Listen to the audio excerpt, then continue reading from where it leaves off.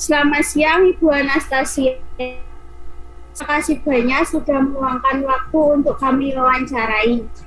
Kami dari Universitas Sanata Dharma Yogyakarta, jurusan Pendidikan Guru Sekolah Dasar.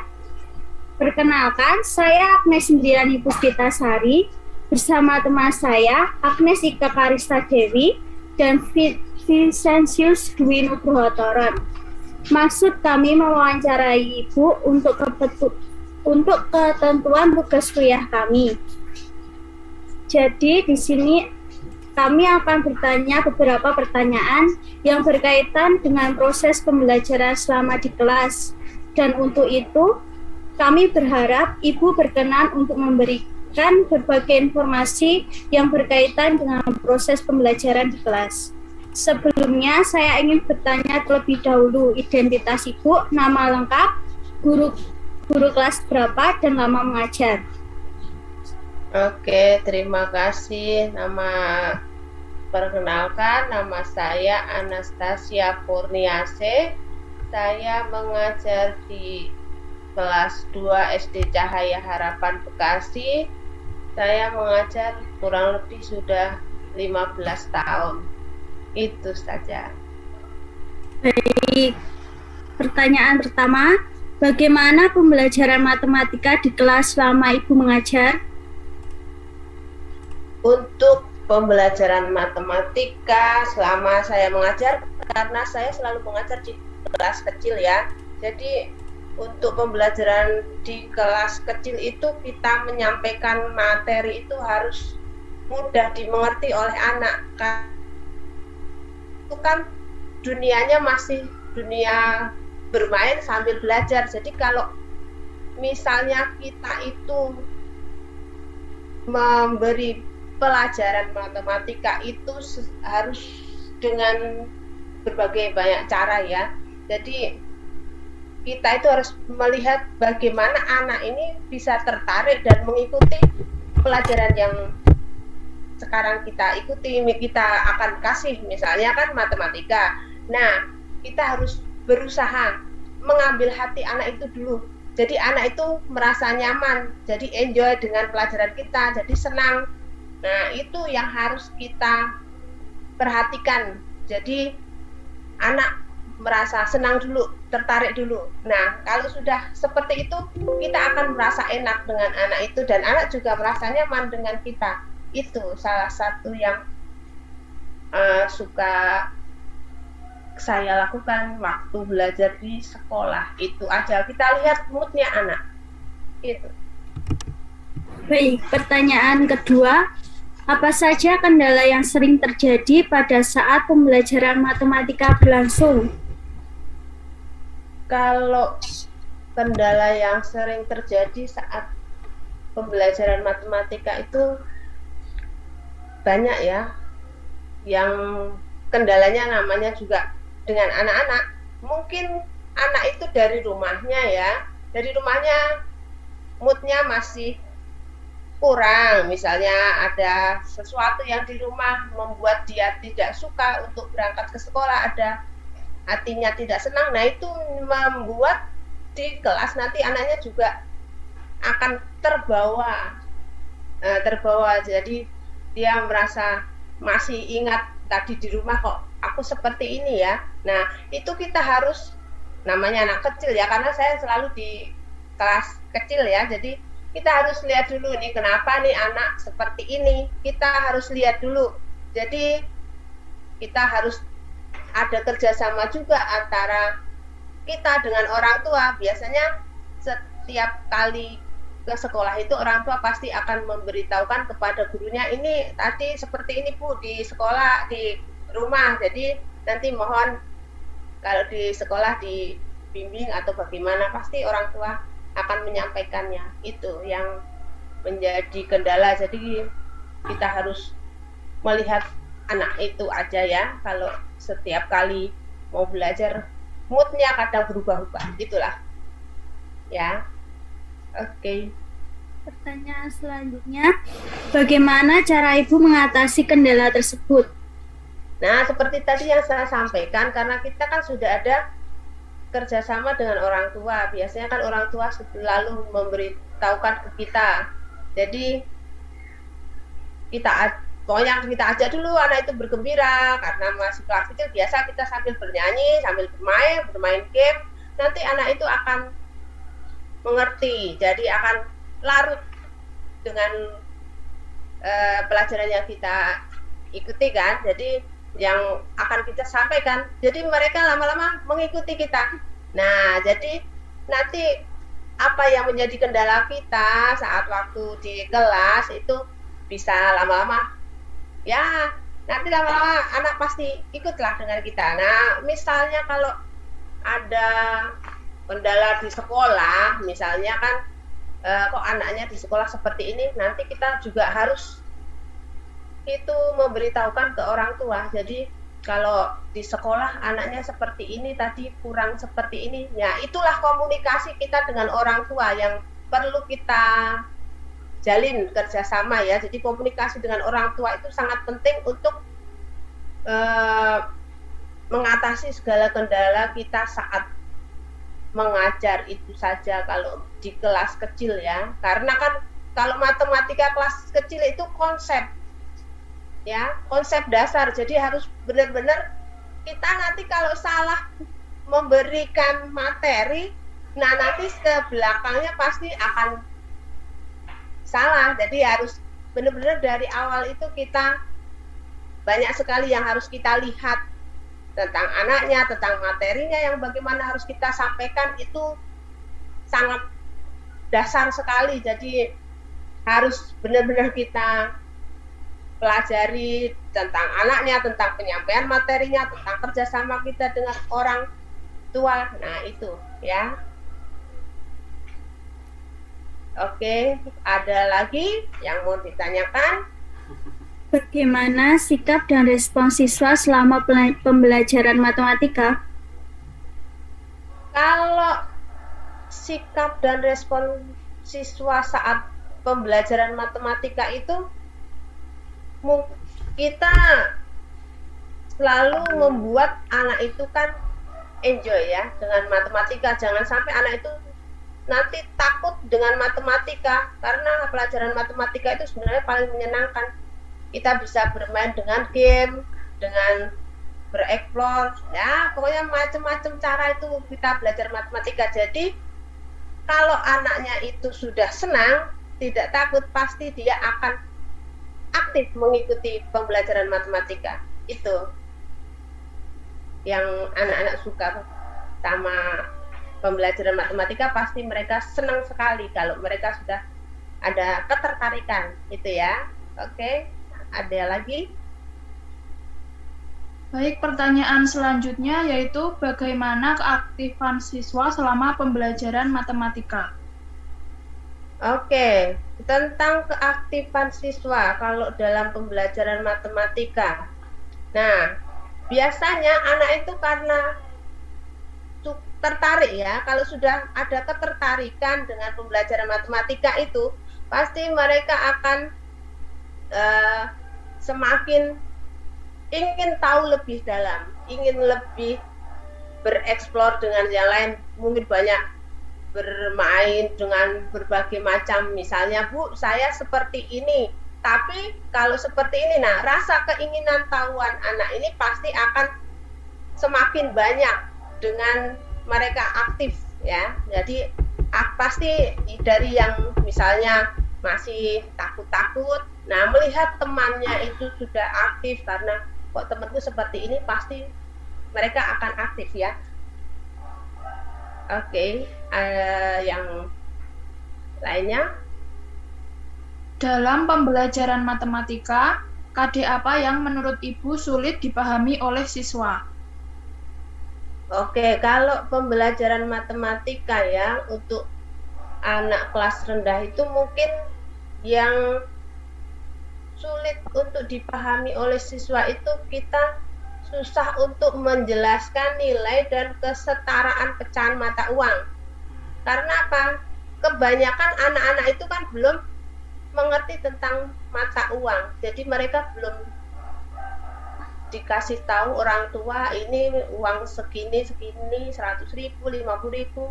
Kalau 50.000 itu bisa ditukar dengan 10 ribuan 5, itu karena anak-anak kan kebanyakan belum dikenalkan dengan orang tua. Nah itu kita harus, yang sulit untuk kita ajak anak itu untuk mengerti bagaimana kesetaraan nilai mata uang itu ya.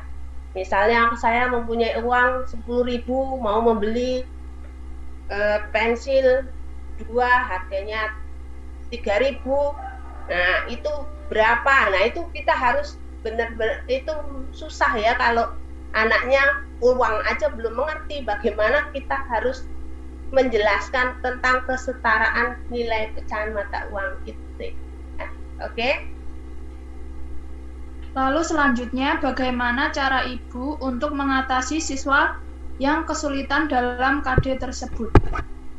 Oke, kalau tentang KD yang saya rasa itu sulit, saya biasanya mengatasinya dengan, jadi belajarnya itu kita tambah, misalnya waktunya kan biasanya 3 jam pelajaran. Nah, dari pagi, nah pas pendahuluan kita ulang lagi pelajaran yang kemarin, itu ditambah nanti ada game-game sedikit lah.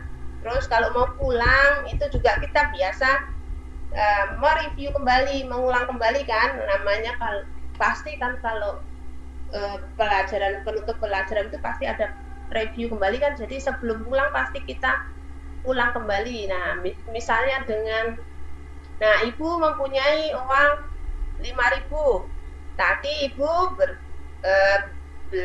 beli di kantin misalnya kue seharga 1.000. Nah setelah itu Ibu mempunyai kembalian 4.000. Nah 4.000 ini nilai uangnya ada 1.000-annya ada berapa banyak. Nah itu nanti kan anak-anak lama-lama akan mengerti dari hal-hal yang kecil aja dulu, dari nominal yang kecil itu cara mengatasinya ya. Jadi dari yang kecil dulu, jangan langsung dari yang besar. Nah jadi dari nilai mata uang yang kecil dengan bermain, bisa bermain peran, bisa misalnya dengan penjual dan pembeli, bisa dengan cerita. Itu cara-cara mengatasi kesulitan kalau KD-nya emang sulit. Ada lagi? Lalu KD apa yang sulit jika dilihat dari data capaian siswa berupa kognitif, afektif, dan psikomotorik? Kalau KD yang sulit dilihat dari capaian siswa, kalau kognitif kan, kalau anaknya emang pintar, namanya kalau anaknya pintar kan pasti dia pengetahuannya selalu bertambah, apalagi anaknya gampang diajak komunikasi. Tapi kalau anaknya pendiam, nah itu yang susah kita, karena anaknya pasti dia malu-malu untuk mengungkapkan kan. Kita jadi bingung kalau anaknya pendiam itu, kita bilang dia itu sebenarnya mengerti atau tidak, itu harus kita pancing terlebih dahulu kalau itu. Jadi kita harus pintar-pintar melihat pribadi anak itu sendiri.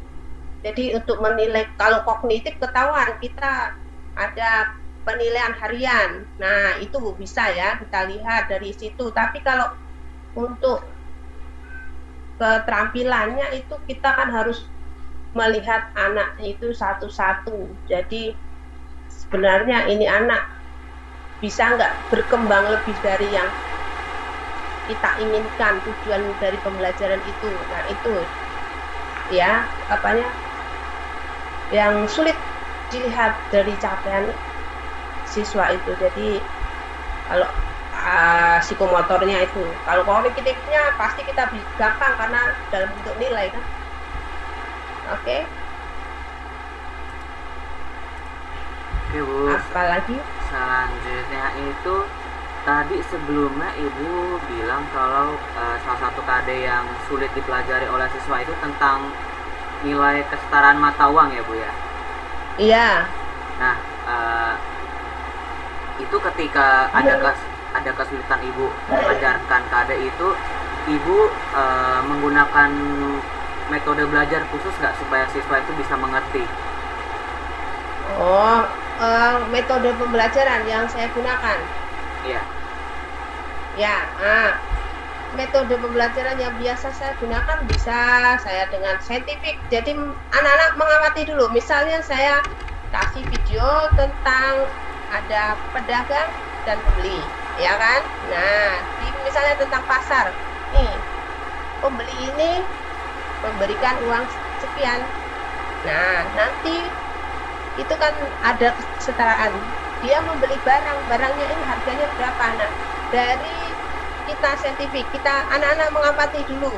Nah, diamati, setelah mengamati seperti itu, anak kan akan mengerti. Jadi tujuan pembelajarannya kan tercapai. Jadi anak mengerti, oh ternyata dengan belajar seperti ini saya itu bisa mengerti. Nanti misalnya saya ikut mama papa saya berbelanja, kalau mengeluarkan uang sekian dan membeli barang seharga sekian berarti ada kembalian seperti ini.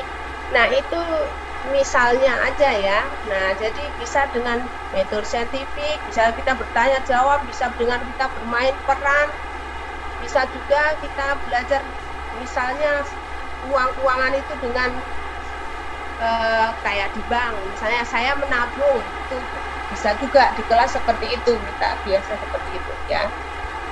Ada lagi? Oke Bu, selanjutnya itu kalau menurut Ibu itu metode mengajar yang tadi Ibu gunakan itu menurut Ibu itu berhasil atau tidak Bu? Oh ya, kalau menurut saya metode yang digunakan itu kebanyakan berhasil. Karena apa? Anak jadi mengerti, oh belum tentu saya mempunyai uang 4 lembar ini lebih banyak nominalnya daripada 1 lembar. Mereka langsung mengerti, dilihat dulu nominalnya, apakah itu misalnya Rp100 atau Rp1.000. Nah, kadang kan anak hanya melihat aku punya uang, tapi tidak mengerti itu satunya nominalnya berapa. Nah, jadi setelah mengerti kita misalnya dengan uang-uangan, nah anak itu mengerti, oh ini itu uang Rp100, ini uang Rp1.000. Jadi meskipun saya mempunyai uang 10 lembar, tapi hanya Rp100, berarti nilai uang saya ini jauh lebih kecil daripada uang yang Rp50.000. Nah, itu metode seperti itu bisa digunakan dan anak-anak bisa mengerti. Jadi bisa bervariasi lah. Jadi anak itu modelnya kan banyak macam ya. Jadi kita cari yang paling tepat, yang gampang anak. Misalnya, kok saya memakai model seperti ini, pembelajaran seperti ini tidak berhasil, berarti harus kita ganti lagi yang bisa anak itu. Tapi kalau yang namanya anak-anak itu bermain peran, saintifik, mengamati dulu, pasti anak-anak senang. Jadi tidak seperti kita itu harus teori, itu bukan. Kalau sama anak-anak itu kita biasa kasih video dulu. Ini loh, kalau suasana pasar itu ada pedagang dan pembeli, ada uang yang harus dibayarkan, nanti ada barang dan ada kembalian. Nah, itulah. Jadi bisa anak-anak mengamati dulu, saintifik ya. Oke? Oke. Baik Bu, berarti selain membantu juga ternyata itu meningkatkan pemahaman siswa ya? Ya, Oke. jadi itu anak-anak semakin mengerti ya. Kan kadang juga ada anak-anak yang tidak pernah diajak orang tuanya berbelanja, udah uang tidak ngerti, berbelanja juga nggak pernah. Oke. Ya, Jadi ada kalau lagi? begitu selanjutnya itu media pembelajaran apa saja yang pernah Ibu gunakan ketika di kelas? Untuk media itu ya Bu, untuk mengajarkan tadi KDA matematika tadi. Media pembelajaran yang dapat digunakan. Jadi kita biasa menggunakan bisa dengan video untuk, jadi dengan seperti tadi ya, saya bilang saya misalnya dengan pembelajaran melihat suasana pasar, bisa juga dengan game, bermain peran, role playing. Nah, jadi seperti ada orang bank, misalnya juga ada eh, misalnya ada temannya yang mau pergi belanja tapi uangnya itu tidak ada kembalian, minta ditukar. Nah, itu yang biasa digunakan, jadi bisa dengan video, bisa dengan game, karena kita kan PJJ, jadi saya itu menggunakan PowerPoint-nya sebagaimana anak gampang menangkapnya ya, karena kita kan masih online, jadi susah kalau masih online, berbeda dengan kalau kita di kelas. Jadi kalau di kelas kita bisa praktek langsung, kalau online ini kan anak-anak hanya melihat video, belum ya bisa sih bisa, tapi ya itu dia harus ada kerjasama dengan orang tua. Kalau misalnya kita pembelajarannya tatap muka lebih enak, ya, jadi dengan video, dengan game. Oke. Ya, ada lagi? Oke. Kalau dari saya, tadi kan Ibu sudah menggunakan media. Tadi kan sebelumnya Ibu menggunakan beberapa media pembelajaran ya, lebih dari satu ya Bu. Iya. Ketika Ibu menggunakan media pembelajaran tadi, itu ada perubahan nggak Bu yang Ibu rasakan ketika mengajar? Ya, untuk pengaruh yang saya rasakan, nah ketika saya menggunakan media pembelajaran itu, anak-anak itu yang misalnya belum mengerti, belum memahami, yang tadinya hanya diam, nah itu nanti anak akan senang, akan ikut dengan yang kita berikan, jadi mereka akan mudah memahami. Jadi apa yang dipelajari itu dapat mereka itu dapat mengerti ya, dapat mengerti lebih lanjut, dan mereka dapat berkembang sesuai dengan tujuan dari pembelajaran itu, karena kan tadi pembelajarannya tentang kesetaraan nilai mata uang kan. Jadi mereka dapat berkembang, oh jadi aku ini mempunyai uang ini, kalau aku gunakan untuk ini nanti berarti berkurang, kalau aku dikasih lagi berarti bertambah lagi. Nah itu saja ya, jadi bisa berkembang, bisa mengerti berapa itu kesetaraan nilai mata uang, bisa berkembang dengan mereka, oh berarti kalau aku mau uangku lebih banyak berarti aku harus menabung lagi, kalau misalnya aku membeli berarti nilai uangku ini berkurang. Nah jadi dengan media seperti itu kita akan lebih mengerti anak itu sudah memahami atau belum tujuan dari pembelajaran yang kita sampaikan itu. Oke, ada lagi? Oke Bu, kalau dari saya sudah seperti itu. Mungkin teman-teman ada yang mau menambahkan? Tidak. Nggak ada ya, berarti kalau dari kami pertanyaannya itu saja. Terima kasih ya Bu sudah mau bantu-bantu kami. Oh iya, sama-sama. Nanti kalau pengen lebih tahunya itu masuk aja ke, mau boleh, kalau saya pas ngajar nanti saya kasih linknya. Baik Bu. Kalau mau. Boleh. Nanti Ya. biar di Oke, WhatsApp lagi. ya. Oke. Ya, selamat